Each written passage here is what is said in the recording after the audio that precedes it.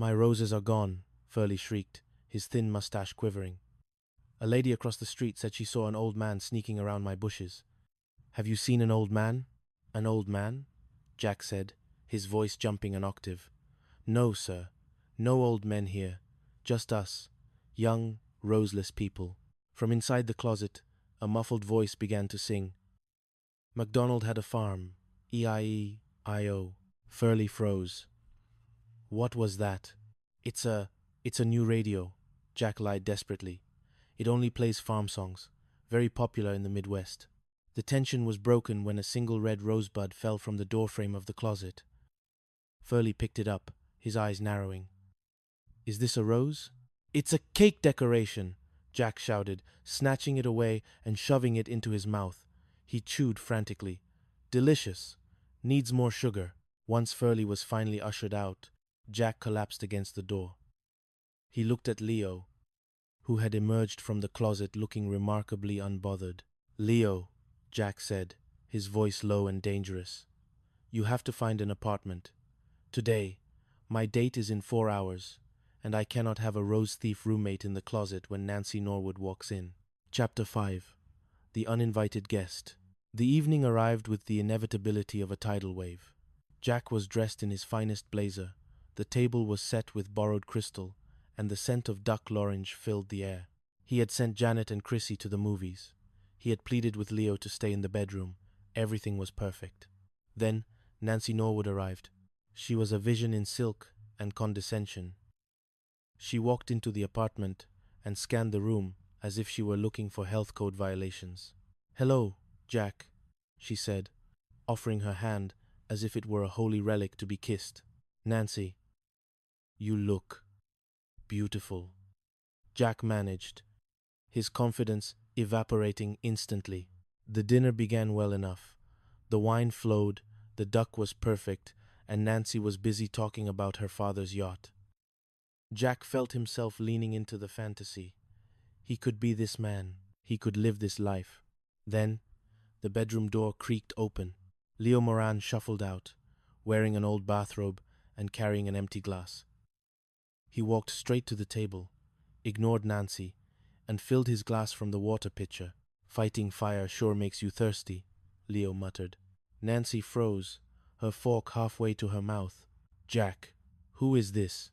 This is Leo, Jack said, his heart sinking. He's a friend. He's just leaving. Fire? Nancy asked, her voice sharp. What fire? I dropped a cigarette in the bed, Leo said cheerfully. Jack's bed on fire, but it's out now, mostly. Nancy stood up, her face a mask of disgust. Jack, you hang around with a fast crowd. A broken-down old man who sets beds on fire? Is this a joke? Leo turned to look at Nancy. For the first time, he didn't look like a confused old man. He looked at her with a profound, weary clarity. You know, lady, you're very pretty, but you've got the soul of a landlord. How dare you? Nancy snapped. She turned to Jack. Get rid of him, now, or I'm leaving. Jack looked at Nancy. She was everything he thought he wanted. The status, the beauty, the entry into a world where people didn't have to worry about rent or shared beds. Then he looked at Leo. Leo, who had been kicked out of his home by a world that valued condominiums over people. Leo, who had stolen roses just to say thank you. Leo, who was his friend. Nancy, Jack said, his voice surprisingly steady. He's not a nuisance. He's my guest. Then you've made your choice, Nancy said. She grabbed her purse. I'll see myself out. Don't call me Jack. I don't date people who collect. Strays. As the door slammed behind her, the apartment felt suddenly, jarringly quiet. Leo looked at Jack. I guess she's mad at me. Jack sat down at the table and poured himself a large glass of the expensive wine. No, Leo, she's not mad at you. She's just... Nancy, I'll go, Leo said, his voice cracking. I heard what she said. I'm a nuisance. I'll get my bag. Leo. Wait. But the old man was faster than he looked. Before Jack could stop him, Leo had vanished into the night, leaving behind nothing but a half-eaten dinner and the faint scent of stolen roses. Chapter 6. The Search for Leo. When Janet and Chrissy returned from the movies, they didn't find the romantic triumph Jack had promised.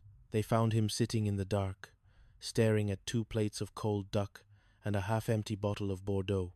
"Jack? What happened?" Janet asked, flicking on the light. "Where's Nancy? And where's Leo?" Jack didn't look up. "Nancy's gone. She told me I had to choose between her and Leo. I chose Leo. Then Leo decided I was better off without him and disappeared." Chrissy gasped, her hand flying to her mouth. "But he has nowhere to go. It's cold outside, and he doesn't have his newspapers." The weight of the situation hit them all at once. This wasn't a sitcom misunderstanding. This was a man's life. Jack stood up, his blazer discarded on the floor. "We have to find him. I checked the hallway, the stairs. He's gone." The search lasted for hours. They combed the neon-lit streets of Santa Monica, calling out his name into the salty night air. They checked the bus station, where the fluorescent lights hummed with a lonely, desperate energy. They checked the motels with the flickering vacancy signs, and they even walked out onto the pier, where the dark waves of the Pacific crashed against the pilings. "Leo! Leo Moran!" Jack shouted until his voice was raw. Every old man in a plaid shirt became a beacon of hope that dimmed as they got closer.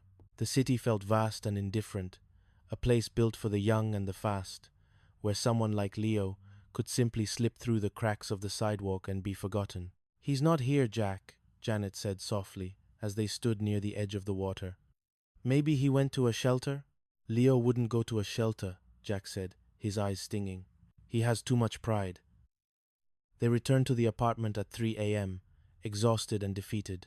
Jack didn't sleep. He sat by the window, watching the street, waiting for a shuffle, a cough, or the smell of coffee-scented roses. Chapter 7. The Missing Person.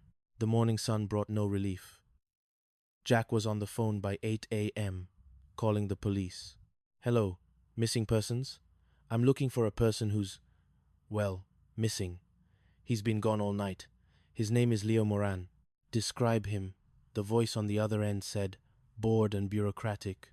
"He's about 5'7", grey hair, wearing a plaid shirt, long pants, brown socks. He's 75, but he doesn't like to talk about it." As Jack was describing Leo's socks, the front door creaked open. Leo Moran shuffled in, looking exactly as he had the night before, perhaps a bit more rumpled, but with a strange, energetic glint in his eyes. "Leo!" they all screamed in unison. "Hey, you guys are really fast," Leo said, looking at the phone in Jack's hand. "Calling the cops already?" "I just went for a walk." "A walk?" Jack dropped the phone. "Leo, we've been worried sick. We looked everywhere. Where were you?" Leo waved a hand dismissively. "I don't need a building to fall on me, kid. I knew I was in the way. I went to get my thoughts together." He walked to the bedroom and pulled out his small, battered suitcase. "I just came back to get my bag. Thank you all, and say goodbye." "Leo, look, you don't have to go," Janet pleaded. "We want you here." "It's nice of you to say that, Jen," Leo said, and for a moment he looked genuinely touched. "But I don't belong here. This is a place for the young, for people with duck on their plates and yachts in their futures." "Leo, I don't care about the yachts," Jack said firmly, "and we don't want you in some old-age home where they treat you like a child." Leo stopped packing and looked at them. A slow, mischievous grin spread across his face. "Old-age home? Me? That's for old folks. I got myself a real swinging pad." "What?" Chrissy blinked. "While I was out walking this morning, I ran into 2 old buddies of mine," Leo explained, his chest pinking slightly. "Bill and Frank. We got to talking. Seems we're all in the same boat, victims of the Great Condominium War. So, we decided to pool our resources and become roommates." "Roommates?" Jack asked, a smile finally breaking across his face. "That's right. I'd like you to meet them. They're waiting in the hall." Leo stepped to the door and gestured. 2 figures walked in. One was a tall, elegant woman with silver hair pulled back in a bun, and the other was a petite woman with bright, inquisitive eyes behind thick glasses. "Morning, Bill. Now, this is Lily," Leo said, pointing to the taller woman, And that's Alice.